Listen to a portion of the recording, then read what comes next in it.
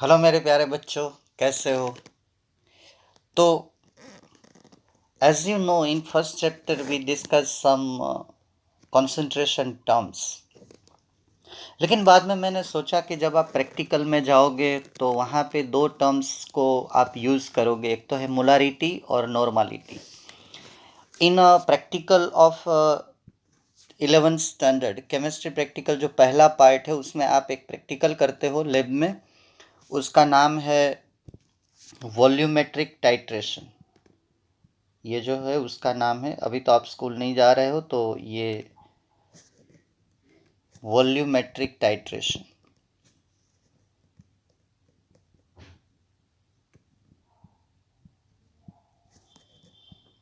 अब volumetric titration एक ऐसा प्रैक्टिकल है जिसमें आपको दो मोलारिटी टर्म का यूज़ करना होता है।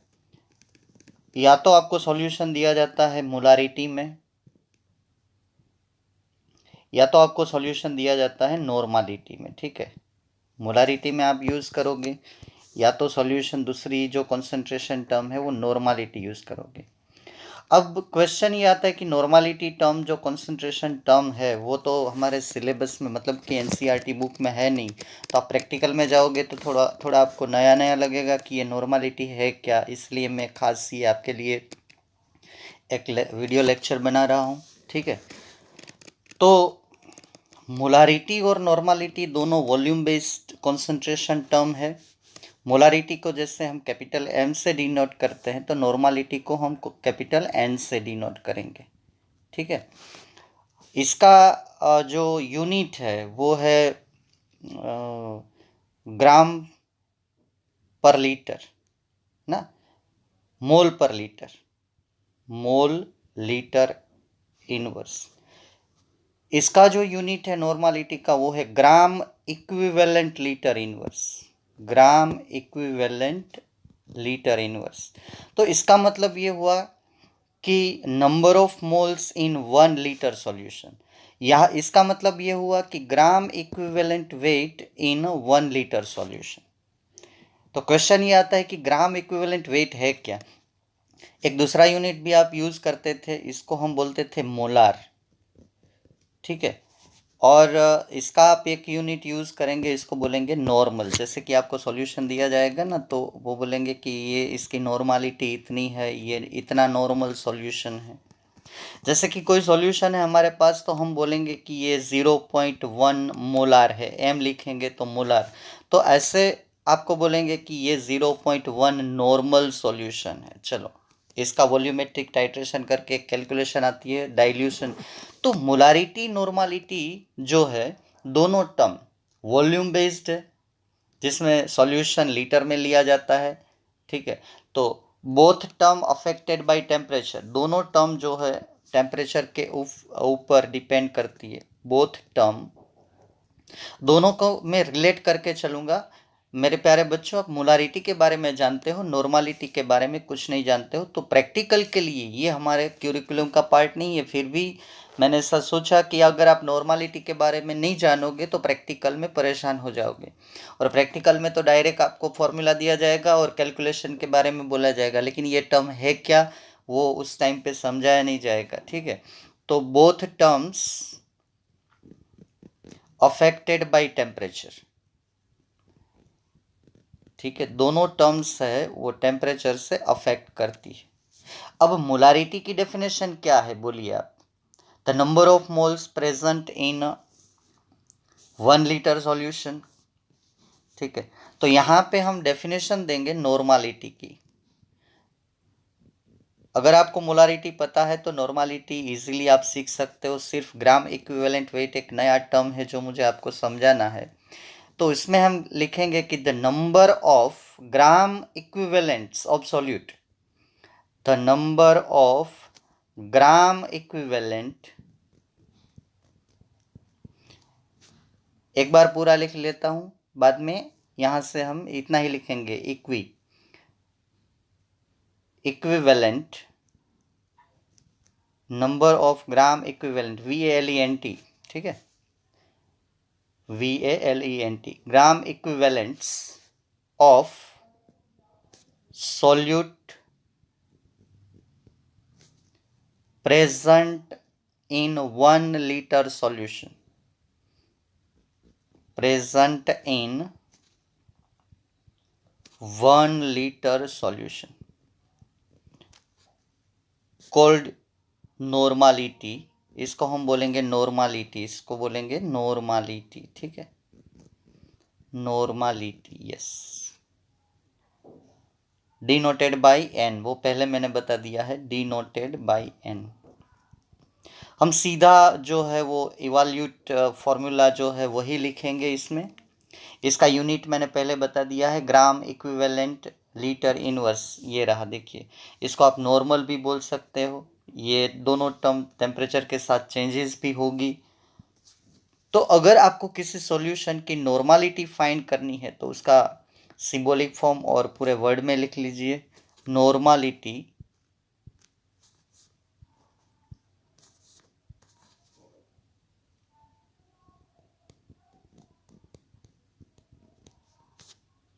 Is equal to weight of solute in gram multiplied by 1000। Molarity आपने प्रिपेयर की है, सिर्फ एक टर्म ही चेंज हो रही है।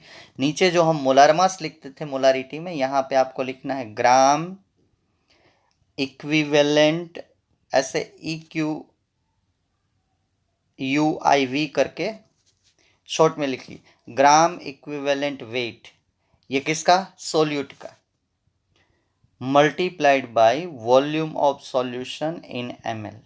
अगर लीटर में लेना चाहते हो तो ये 1000 नहीं लिखना है, ठीक है। तो ऐसे भी लिख सकते हो, normality is equal to weight of solute in gram जो दिया है, divided by gram equivalent weight. इसका कोई सिंबल हम यूज नहीं करेंगे, ग्राम इक्विवेलेंट वेट हर बार लिखना होगा, और वॉल्यूम ऑफ सॉल्यूशन अगर आप लीटर में लेते हो तो 1000 नहीं आएगा। अब चलिए सिंबॉलिक फॉर्म में लिख लेते हैं, ये सिंबॉलिक फॉर्म में तो है तो लीटर वाला सिंबॉलिक फॉर्म में लिख लेते हैं। नॉर्मालिटी हर बार लिखने की ज़रूरत नहीं है, ऐसे भी लिख सकते हो, नॉर्मालिटी इज इक्वल टू, हर एक टर्म आप नोट कर लेना कि ये स्मॉल w ग्राम क्या है, multiplied by 1000 divided by gram equivalent weight, gram equivalent weight multiplied by volume of solution in ml। सब टर्म को याद रखिएगा। अब जैसे आप वॉल्यूमेट्रिक टाइट्रेशन, मैंने बोला कि आप ये एक एक्सपेरिमेंट करेंगे लैब में, जब लैब चालू होगी तब, तो इसमें आपको दो चीज़ें दी जाती है। हालांकि इक्विवेलेंट वेट बहुत ही बड़ी टर्म है, लेकिन मैं अभी जो है कंसंट्रेशन के रिलेटेड मैं आपके साथ सिर्फ डिस्कस करूंगा एसिड बेस के कंसेप्ट में, क्योंकि प्रैक्टिकल में एसिड बेस दिए जाएंगे, ठीक है। तो अब आप हेडिंग लगा लीजिए, ये जो है क्यूरिकुलम पार्ट नहीं है हमारे एनसीईआरटी बुक का, फिर भी मैंने ज़रूरी समझा कि अगर आपके पास ये नॉर्मालिटी का नॉलेज नहीं होगा तो प्रैक्टिकल में दिक्कत आ सकती है। तो अब आप हेडिंग लगाइए कि equivalent weight with respect to acid and base, acid and base, ठीक है। तो एसिड और बेस के रिलेशन में हम लोग बात करेंगे कि नॉर्मालिटी और मोलारिटी। जब एसिड की बात करेंगे तो एसिड की स्ट्रेंथ बेसिसिटी से मेजर की जाती है, और बेस की जो स्ट्रेंथ है वो एसिडिटी से मेजर की जाती है। क्योंकि आप एक रिएक्शन पढ़ते थे 10th स्टैंडर्ड में कि acid when react with base it gives salt and water, तो उसमें स्ट्रेंथ के हिसाब से वो रिएक्ट करते हैं, ठीक है। तो जब एसिड की स्ट्रेंथ हम बोलेंगे in the language of practical chemistry, तो हम बोलेंगे कि इसकी बेसिसिटी कितनी है, और बेस की स्ट्रेंथ की बात करेंगे तो हम बोलेंगे कि इसकी एसिडिटी कितनी है, मतलब कि ये एसिड को कितना न्यूट्रलाइज कर सकता है, कि उस रिएक्शन को आप बोलते थे न्यूट्रलाइजेशन रिएक्शन। तो अब मैं आपके साथ जो बात करने जा रहा हूं that is regarding relationship of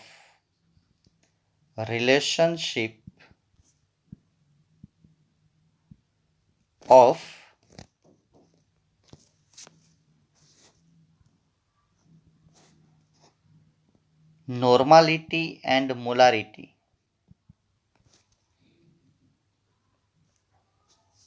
acid base के कंटेक्स्ट में ही बात कर रहा हूँ, ठीक है। तो पहले आप हेडिंग लगाएंगे 4 एसिड्स, बहुत ही इजी है, आप धीरे धीरे, ये आपके इंटरेस्ट की बात है, मैं इसलिए इसमें इतना समझा रहा हूँ कि ये बेसिक केमिस्ट्री है, सब जगह पे हमें यूज़ करनी है, ठीक है। तो एसिड की जब बात आती है, तो अगर आपके पास मोलारिटी है, मोलारिटी तो आप फाइंड कर सकते हो, तो मोलारिटी का रिलेशन नॉर्मालिटी के साथ क्या होगा, तो normality is equal to molarity multiplied by basicity. Term को समझिएगा, ठीक है, जो मैं सिंबल में लिख रहा हूं।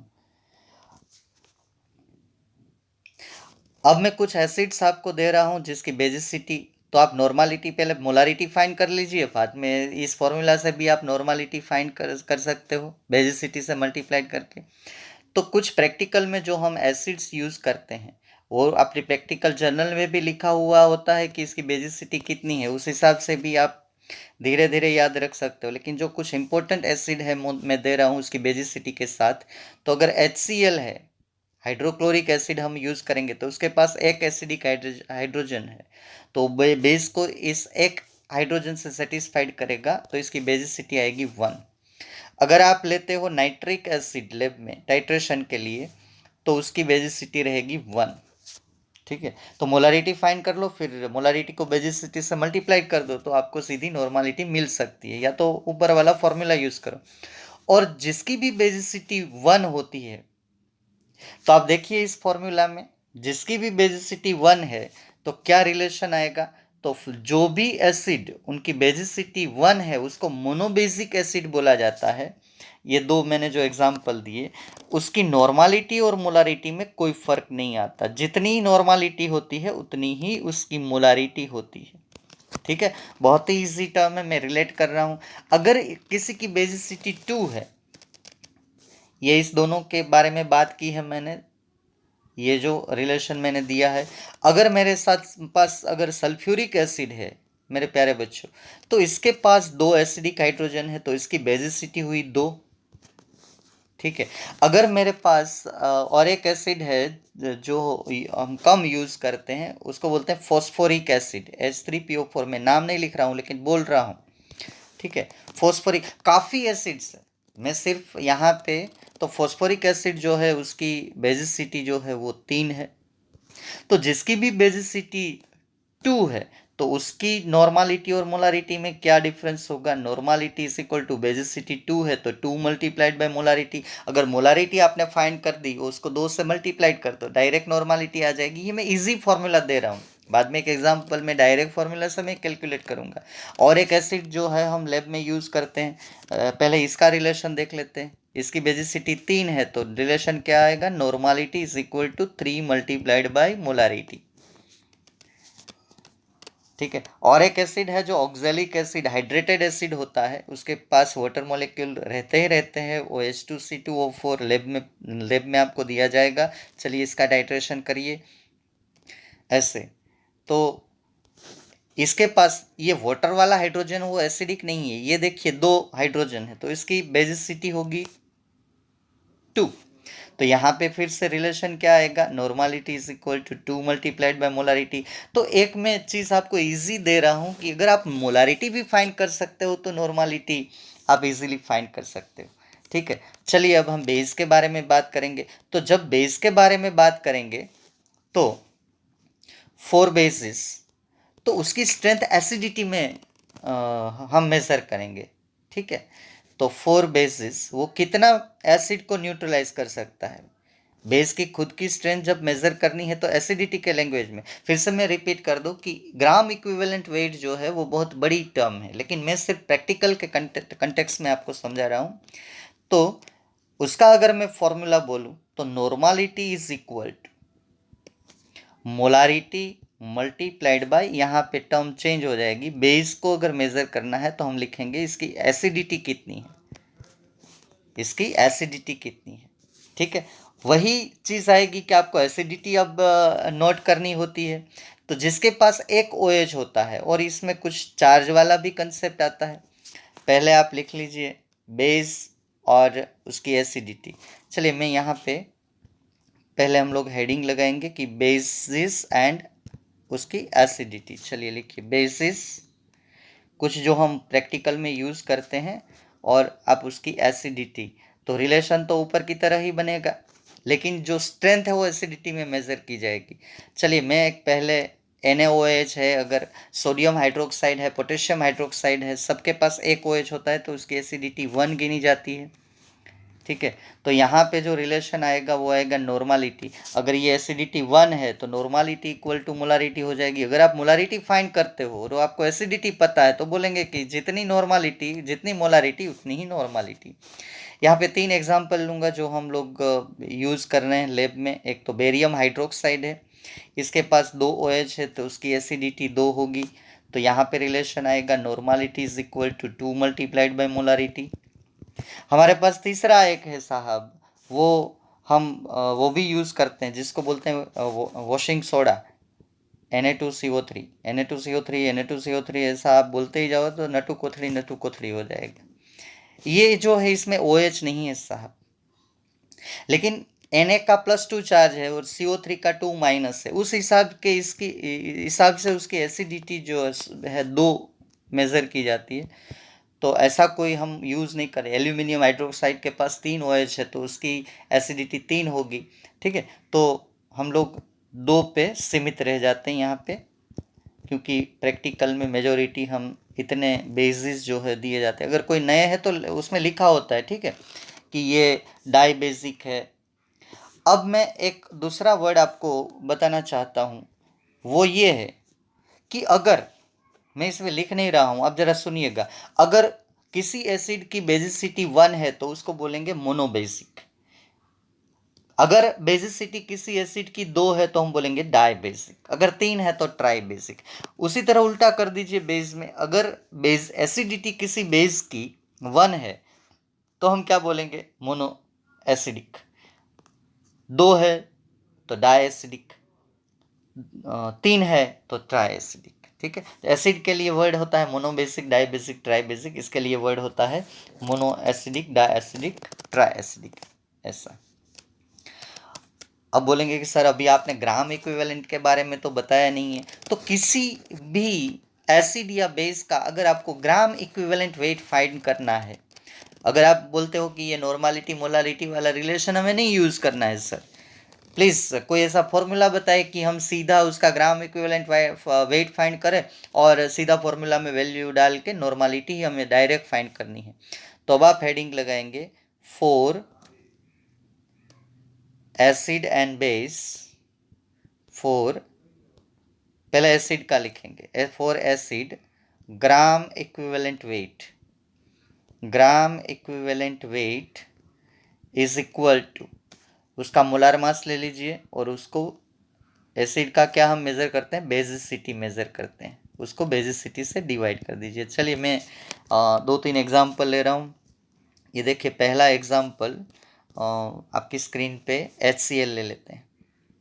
अब आपको पूछा जाए कि HCl का ग्राम इक्विवेलेंट वेट कितना होगा, तो ग्राम इक्विवेलेंट वेट मोलार मास इसका है 36.5 और आपको पता है कि इसकी बेसिसिटी है 1। तो जितना मोलार मास होगा उतना ही ग्राम इक्विवेलेंट वेट होगा। अब आपको ये भी समझ में आ गया क्यों नॉर्मालिटी इक्वल टू मोलारिटी हो रही है। तो ये हुआ 36.5। अब ये ग्राम इक्विवेलेंट वेट। लेकिन अगर डाई बेसिक है तो ऐसा नहीं होगा मेरे प्यारे बच्चों।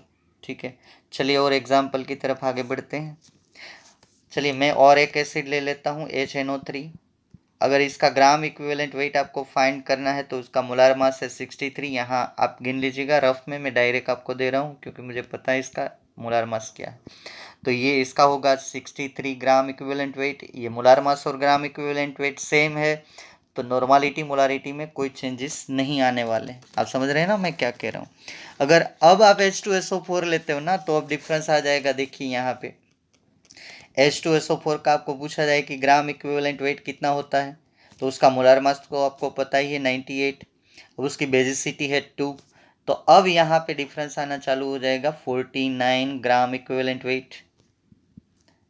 ठीक है, 49 ग्राम इक्विवेलेंट वेट। चलिए मैं ऑक्जेलिक एसिड ले लेता हूँ H2C2O4 इंटू 2H2O। ये वाटर मॉलिक्यूल उनके साथ ही रहते हैं, वो हम इनऑर्गेनिक में पढ़ेंगे क्यों ऐसा होता है। 126, इसकी आपको पता है कि बेसिसिटी 2 है, तो इसका ग्राम इक्विवेलेंट वेट आएगा 63 ग्राम इक्विवेलेंट वेट। ठीक है, चलिए एक और ले लेता हूँ, आप जरा इसका कैलकुलेट कर लीजिएगा। फॉस्फोरस का कुछ 31 है, ऑक्सीजन का 16, तो मेरे हिसाब से इसका 98 आएगा। और इसकी जो बेसिसिटी वो 3 है, तो डिवाइडेड बाय 3 यहाँ पे आप कैलकुलेट करके लिख लीजिएगा। ठीक है, उसी तरह बेस में होता है, सिर्फ फॉर्मूला चेंज हो जाता है। कितना क्या हो जाता है फॉर्मूला कि molar mass divided bye acidity, molar mass divided bye acidity. ठीक है, चलिए ये ग्राम इक्विवेलेंट वेट कैसे फाइंड करते हैं वो भी मैंने आपको बता दिया। अब हम आगे बढ़ते हैं बेसिस के लिए। फोर बेस क्या फॉर्मूला होगा ग्राम इक्विवेलेंट वेट का? Gram equivalent weight is equal to molar mass divided by, यहाँ पे एक चेंज होगा, एसिडिटी आएगी, एसिडिटी का यूज़ करेंगे। अब चलिए 2-3 एग्जाम्पल ले लेता हूँ। NaOH का अगर आपको ग्राम इक्विवेलेंट वेट फाइंड करना है, how will you find gram equivalent wait? तो उसका मोलार मास ले लो 40। आपको पता है कि इसकी एसिडिटी 1 है, तो इसमें कोई फर्क नहीं पड़ेगा, दोनों सेम रहेंगे। अब आपको पता चला क्यों नॉर्मालिटी मोलारिटी सेम रहती है यहाँ पे। इसका हाँ यूनिट आप ऐसा नहीं लिख सकते ग्राम पर मोल, ये ग्राम इक्विवेलेंट वेट अब हमने निकाला सेम है, वो तो कंसेप्ट का कमाल है। अब देखिए मैं एक और ले रहा हूँ, बेरियम हाइड्रोक्साइड BaOH ट्वाइस, तो हम बोलेंगे कि ये डाई बेसिक है। इसका जो मोलार मास है वो 171 है, तो आपको ग्राम इक्विवेलेंट वेट के लिए आपको 2 से डिवाइड 171 ना, पॉइंट मत गिनिएगा, 171 इज इक्वल टू, तो यहाँ पे आएगा 85.5, ये इसका ग्राम इक्विवेलेंट वेट। नॉर्मालिटी में आप ये वेट आपको लेना पड़ता है। चलिए मैं और लास्ट ले लेता हूँ, ये नॉर्मालिटी टर्म आप लिख लीजिएगा चैप्टर के एंड में, प्रैक्टिकल के लिए बहुत काम आ सकती है। अब ये मुझे पता है कि डाई एसिडिक है, तो इसका जो मोलार मास है वो 106 से डिवाइड बाई 2 कर दो, तो इसका ग्राम इक्विवेलेंट वेट बेस का आएगा 53 ग्राम इक्विवेलेंट वेट। मेरी बात समझ रहे हो? ठीक है, अगर आपको मोलार दिया है सल्फ्यूरिक एसिड का कि सल्फ्यूरिक एसिड इतना मोलार है, तो उसकी उसकी नॉर्मालिटी क्या होगी? चलिए आप ओरली थिंक करिए, सल्फ्यूरिक एसिड मेरे पास 1 मोलार है, तो नॉर्मालिटी क्या होगी? 2 नॉर्मल। फॉर्मूला चेक कर लीजिए, वो रिलेशन वाला ना। ऐसे ऑब्जेक्टिव क्वेश्चन भी आ सकते हैं, मैं तो सिर्फ आपको प्रैक्टिकल के लिए ये करवा रहा हूँ, चाहे लैब इंस्ट्रक्टर आपको समझाए ना समझाए तो आपको काम आ सकता है। एक एग्जाम्पल से मैं थोड़ा इसको क्लियर करने की कोशिश करता हूँ। एक एग्जाम्पल ले लो, मैं ऑक्जेलिक एसिड का एग्जाम्पल लेता हूँ, ये ऑर्गेनिक एसिड है, बहुत बढ़िया एसिड है, H2C2। चलिए ये लिखिए H2C2O4। अगर आप इसका नाम जानना चाहते हो तो इसका कॉमन मार्केट में इसका नाम है ऑक्जेलिक एसिड, 2H2O। इसका मोलार मास नोट कर लो, मोलार मास है इसका 126 ग्राम मोल इनवर्स, 126 ग्राम मोल इनवर्स। एक एग्जाम्पल से ही मैं समझाऊंगा, ठीक है।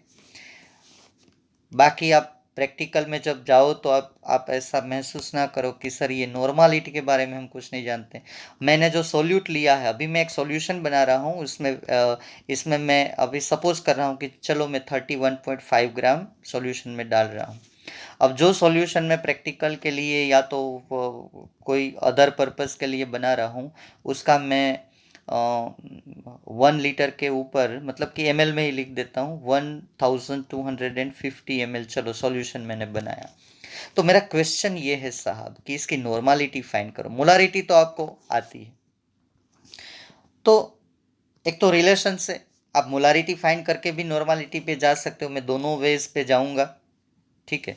तो पहले मैं नॉर्मालिटी का फॉर्मूला ही यूज़ कर लूँगा। तो पहला क्या चाहिए मुझे साहब, एक बात ध्यान में रखिएगा, फर्स्ट आई वांट, ये बहुत ही बच्चे भूल जाते हैं कि इसका पहले मुझे ग्राम इक्विवेलेंट वेट फाइंड करना है। अगर मैं फॉर्मूला से जाऊंगा तो नॉर्मालिटी का, ग्राम इक्विवेलेंट वेट, उसके बाद आपको जानना है कि ये मोनोबेसिक है, डाई बेसिक है। तो आगे मैंने एग्जाम्पल में दिया है कि ये डाई बेसिक है, इसका मोलार मास मैंने पहले ही दे दिया है, उसको 2 से डिवाइड करो तो इसका जो ग्राम इक्विवेलेंट वेट आएगा ना वो 63 आएगा। 63 यूनिट लिख लीजिएगा यहाँ पे, ग्राम इक्विवेलेंट।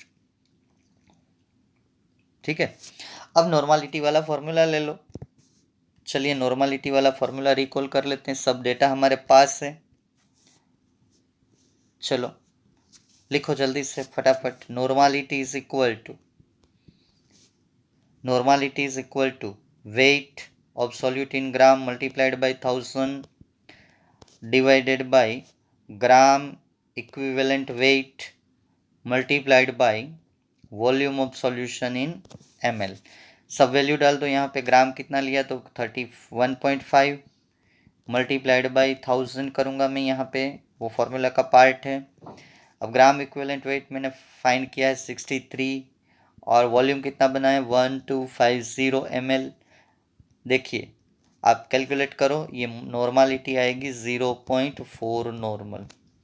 अगर किसी कोई बच्चा ये चाहता है कि सर मैं पहले मोलारिटी फाइंड करूंगा और फिर वो आपने नॉर्मालिटी मोलारिटी वाला रिलेशन दिया है, तो आप उस मेथड से भी जा सकते हो। देखिए मैं यहाँ आपको एक बार दिखा दूँ, बहुत ही बढ़िया रिलेशन है। चलो मैं पहले मोलारिटी फाइंड कर लेता हूँ, उसका फॉर्मूला नहीं लिखूंगा, आपको पता है, you know the formula of molarity.